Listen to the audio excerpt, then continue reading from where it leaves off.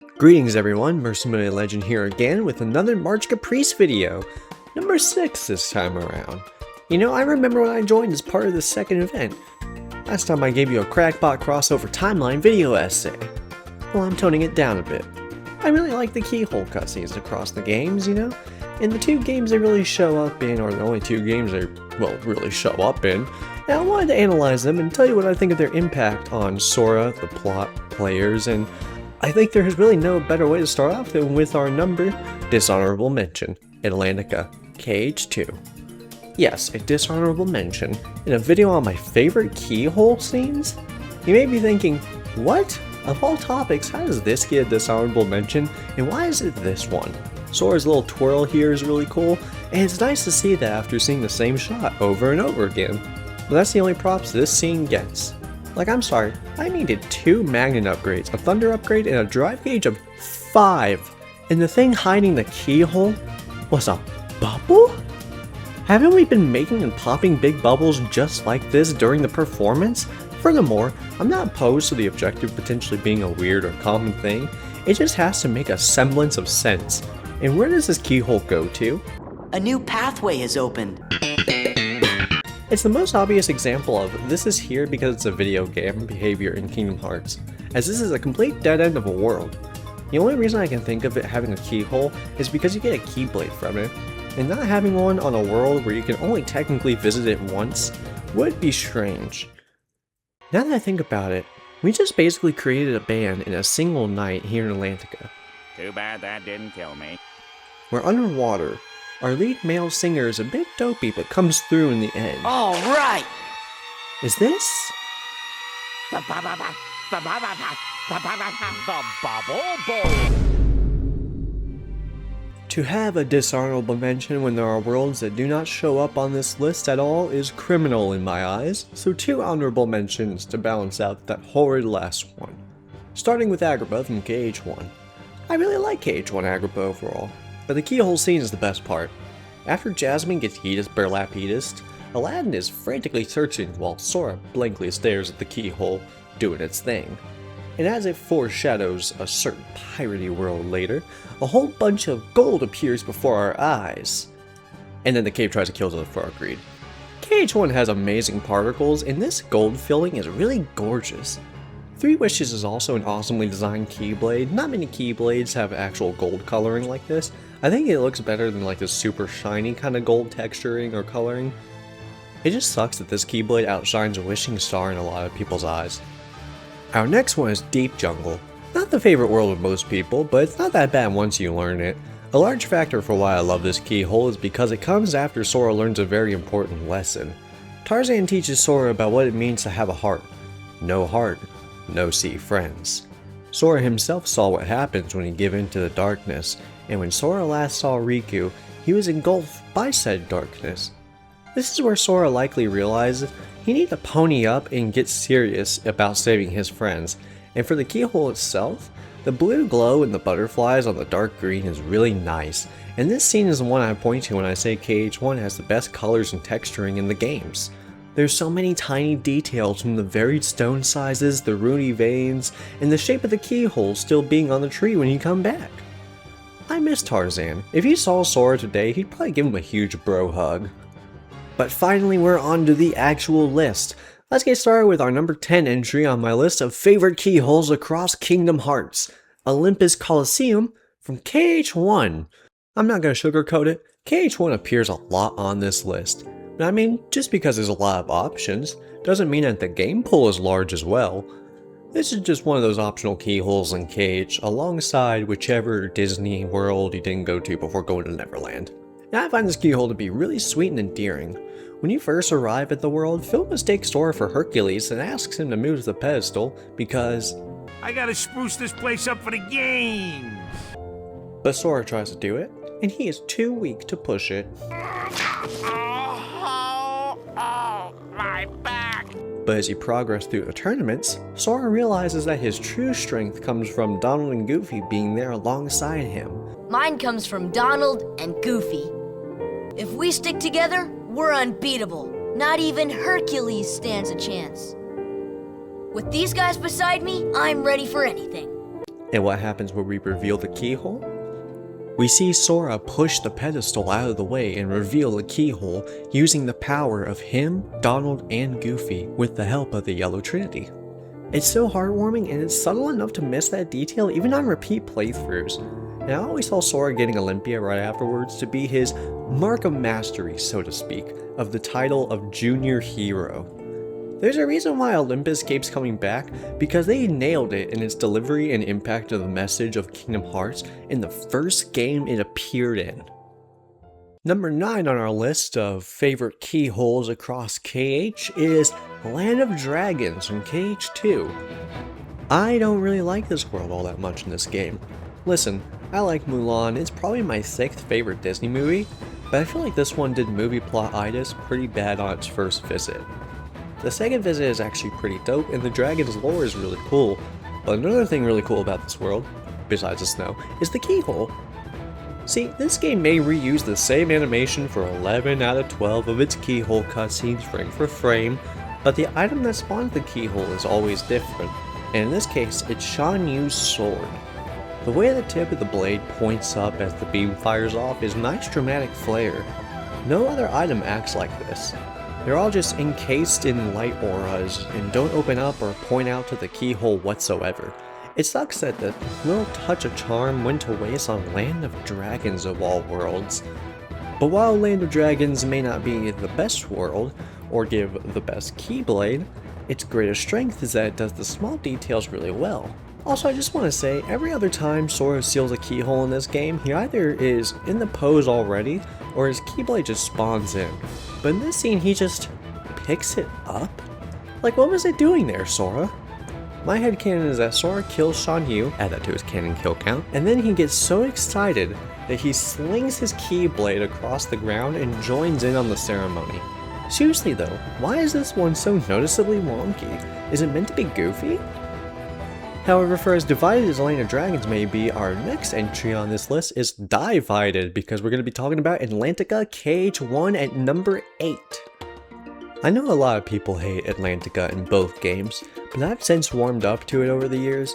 The change from ground combat to a priority on magic may turn some people away. However, I think we can agree on two things.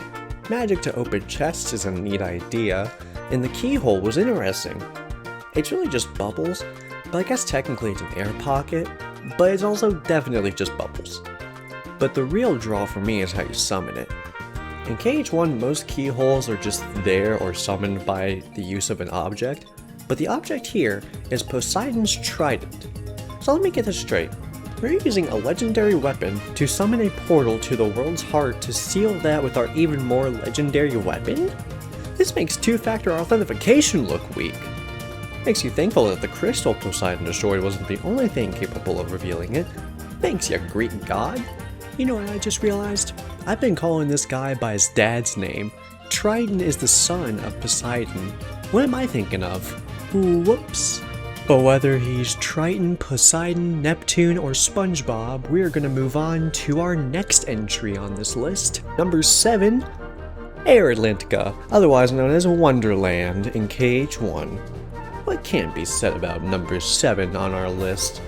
Not enough can be said about Wonderland, I think. It's the first true maze of the game, and the series for that matter. It's not a hard maze to explore, but you can get confused on the first visit pretty easily, and some people probably still don't know about the White Trinity here. Wonderland introduces us to a few concepts like world order, RNG, and disappearing girls, but most importantly it showed us the first keyhole sealing scene in Kingdom Hearts history. There's a lot I like here. One, the keyhole is in the mouth of a door handle. This part here where the trio stares down his mouth, I mean, you guys, come on. You know that scene where the Keyblade forces Sora's hand to seal the keyhole? I'm sorry, what? This is the first time we get a glimpse at any sort of sentience from the Keyblade. There is that one scene in Traverse Town shortly before this where the Keyblade comes back to Sora from Leon's hand, but I always interpreted that as Sora like unknowingly calling it back, kind of like an anime character moment. But here it's very clear what's going on. We see the sentience one more time in Hollow Bastion when Riku takes our hard work and then gets impaled by a stake like his name was Neji. Speaking of Hollow Bastion though, number 6 on our list of favorite keyholes across Kingdom Hearts is Hollow Bastion from KH2! Listen, I am a KH1 buff to the end of my life, right? I will live to 200 knowing my luck, and I will still love KH1 more than KH2 in every aspect, pretty much. However, when I think of KH2 Hollow Bastion, I think of two things. The 1000 Heartless battle, Tifa punching me like she did that wall, and the keyhole from the first visit. It's not special like the item that reveals it as a fragment of a god or anything like that. It's not something that's important to someone like a dying rose or a Christmas outfit that you've worn for literally 3 minutes. It's just the membership card Sora is given by the Hollow Bastion gang. And it's just so cute to think that the gang knew SDG was gonna need their help one day again, and they prepped this card for them when the time came. That's why Leon doesn't question it or really look all that shocked by it. There's a reality out there where KH3 came out on PS2, and if you had a save file of KH2 with a membership card, you could have got a discount on all stores in Hollow Bastion. Shame we never got that one. However, of all possible realities we could have gotten for Kingdom Hearts Worlds, it's a good thing that number 5 happened, because number 5 is Twilight Town from KH2. Twilight Town is a really beautiful place. If I lived here, I wouldn't experience depression, because the colors of the sun hitting the buildings and the color of the stone used to build it, the whole place gives me a 1960s vibe. I love the 60s architecture, to a point where I wanted to start an organization to rebuild our houses in America, but in that of the mid-century modern style with modern day amenities. You know, like brick houses and all that stuff, you know, not tinder boxes. And if I ever have my mid-century modern house, I'm putting the struggle trophy in my living room because of this cutscene. I think it's no secret to those who know me, I love Roxas. He's my favorite character in the series, and it's just really sad to me that he gets virtually no screen time after the tutorial in KH2. And this goes across the rest of the games. Sure, Days is all about him, but this scene of Sora looking through the blue crystal, and the music cuts out, the wind is blowing, and you see Roxas appear in Sora's place, almost as if this is reawakening him a little. Remember that before this, the last outwardly Roxas thing we saw was Sora crying before getting on the train. That was the last act from Roxas before he fell asleep. It foreshadows Roxas actually reawakening later, and is symbolic to Sora's current mindset. He's not giving up on Riku and Kairi, just like Roxas isn't giving up on being his own person. It's not until Sora beats Roxas later on when he starts to consider his existence forfeit. And that's why I love Roxas so much. His appearances are few and far between, but each time it happens, you're on the edge of your seat and you want to see more, and you're wondering if this is finally the time he's going to be set free or not. It makes his return in KH3 all that much more tear-jerking. Hands off my friends. Seeing him just appear and confront Xemnas like that, and seeing Shion and Lee look at him and tears in their eyes, it was so nice to see.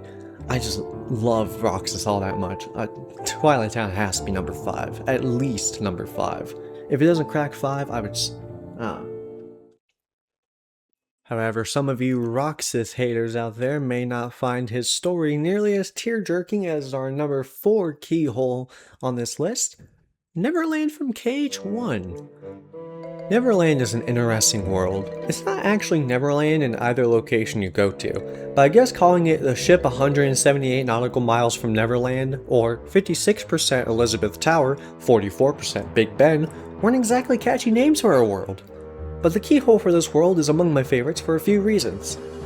You get Tinkerbell as a summon, the sassy little pixie she is, also a goated girl boss that I used to cling to the leg of during the Dragon Maleficent fights as a kid, but the interaction with the clock face is uniquely KH1 and kind of a cartoony way of showing that Sora does actually possess the power to control time through stop magic, but I think this is the lowest point of Sora's life. His best friend betrayed him and became a simp for the darkness, and his other friend that he just thought was lost forever was all but comatose.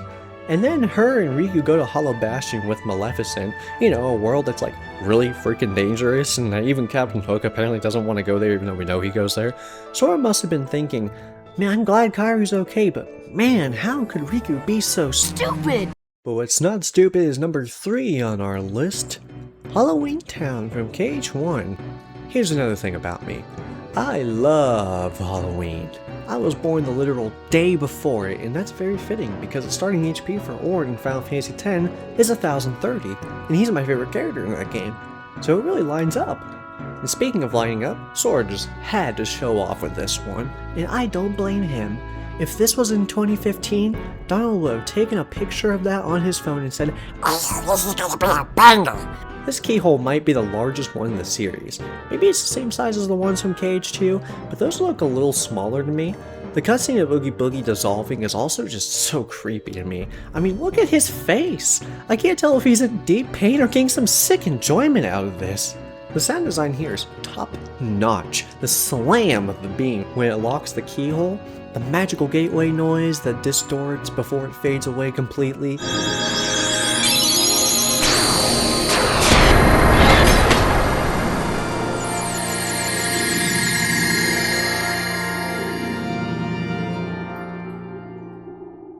This scene is just gorgeous. I love it. More of this in KH4, please. I think this world teaches Sora that there are more to a heart than just emotions. Clearly there's more than just joy, fear, anguish. But our boy here doesn't quite know without a doubt what is in the heart.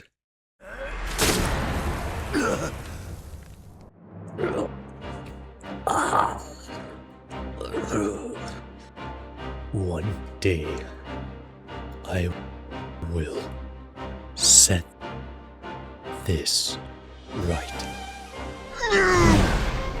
One day, I will set this right. I will return to this event and protect my takes. What, you forgot KH3 had a keyhole sealing scene? First off, I just want to say that my reaction to this scene for the first time was heart-warmed, goosebumpy, nostalgic glee. I felt like a kid experiencing the games for the first time again. I mean, the scene is just so beautiful. The part where you connect the keyholes, which is meant to show the hundreds of connections that Sora has made over the course of his journey, being kinda tedious, but it makes up for it in that it's not even considering for the fact that when you get the DLC with the game and play through for the first time, you can experience this not too long after that Union Cross event, which would also give you even more goosebumps. Kairi's heart being fragments that unlock the keyhole that brings back the memory of KH2 is very fitting considering the next game to come in the line. And this also leads to a freaking sweet boss fight against a Xehanort clone. Bro is sweating so much he tries to pull a Uchiha special on the two. But now, just what are you going to do about the second one, Onoki? Really? Can we also talk about how Kairi got light from 7 other Guardians and then topped off by Sora to give her spirit form a body again? Is Kairi like a Super Saiyan god now? Aside from nostalgia, keyholes being used to traverse people's hearts is a cool idea. Just too bad Sora kinda, you know. But no amount of snapping can get rid of what's at number 1. Because what's at number 1 is 100 acres of it. Yeah, that's right, 100 acres of KH1 100 Acre Woods! When I tell you I loved Winnie the Pooh growing up, I mean like this. I love you! I love you! Oh my god, I love you! I had Winnie the Pooh blankets my aunt and great-grandma made for me. I had 2 Winnie the Pooh stuffed animals. They were exactly the same, by the way. I had a leapfrog leap pad to basically read an audiobook of Winnie the Pooh before audiobooks were a thing. And I even have memories from like first grade year when I would eat peanut butter crackers and watch the new adventures of Winnie the Pooh, 8th episode, Stripes, when Tigger gets painted and he loses his stripes and can't bounce apparently. I did that night after night. So when I found out that my favorite key bashing, duck flaring, goof trooping Final Fantasy Disney crossover game had Winnie the legitimate Pooh Bear, I was over the moon and I played on that world for hours. Yeah, did I suck at bee swatting? You're damn right I was. Could I block Tigger from turning Rabbit into a starved bunny? Nope. Did I even know the swamp map was a thing until like 6 years later? No. To this day, I will put the field theme on for this book to calm down, and with everything going on in the world right now, it's been playing a lot in my head. But my point is, when I saw that final cutscene, I was feeling so fuzzy inside, and I felt like crying. And when I saw the cover art change, I released an audible "aww." But when that lock changed, I thought I was permanently locked out of Winnie the Pooh. It was DEFCON 1. I cried like a decades-long friend died. How could I, a simple child who just loves Winnie the Pooh, be locked out of playing with a silly old bear? I found out the error months after. Yes, months after my brother entered the book again whenever I saw him play. I'm not as much of a Pooh Bear fan these days, but I do find it charming how he keeps appearing in the games. But dear God, you silly old bear, add some variety if you come back for Cage 4. Wait, was Sora foreshadowing his demise in Cage 3? When he said his connection with Pooh was getting weaker, it didn't really make much sense when I first heard it. Like, yeah, Dream Drop, but he also literally saved this bear's memory a week ago. If that was intentional foreshadowing, kudos to the writers. Hey, while we're talking about kudos, why don't you drop a kudos here for this video finally being over, am I right, guys? That being said, I think I did an interesting job making keyholes a slightly more interesting topic than just saying, oh hey look, it's a freaking hole in the wall, and I got to seal it. Cool. If you have anything that you would like to say about your favorite keyhole scenes, I would love to hear them in the comments. And if you have any reasons as to why a keyhole should be maybe on the list, I would like to hear that. Because I would like to hear why some people might think Cage 1 Hollow Bastion might go above Cage 2 Hollow Bastion, or why maybe Cage 2 Hollow Bastion should be number 1. That would be an interesting topic. I would probably disagree with you, because 100 Acre Wood Cage 1 is the best one. But you know what, if you provide a good enough argument, I might give you one Monopoly dollar. But that being said, that will be it from me, and I bid you adieu, and I wish a good March Caprice to all of you.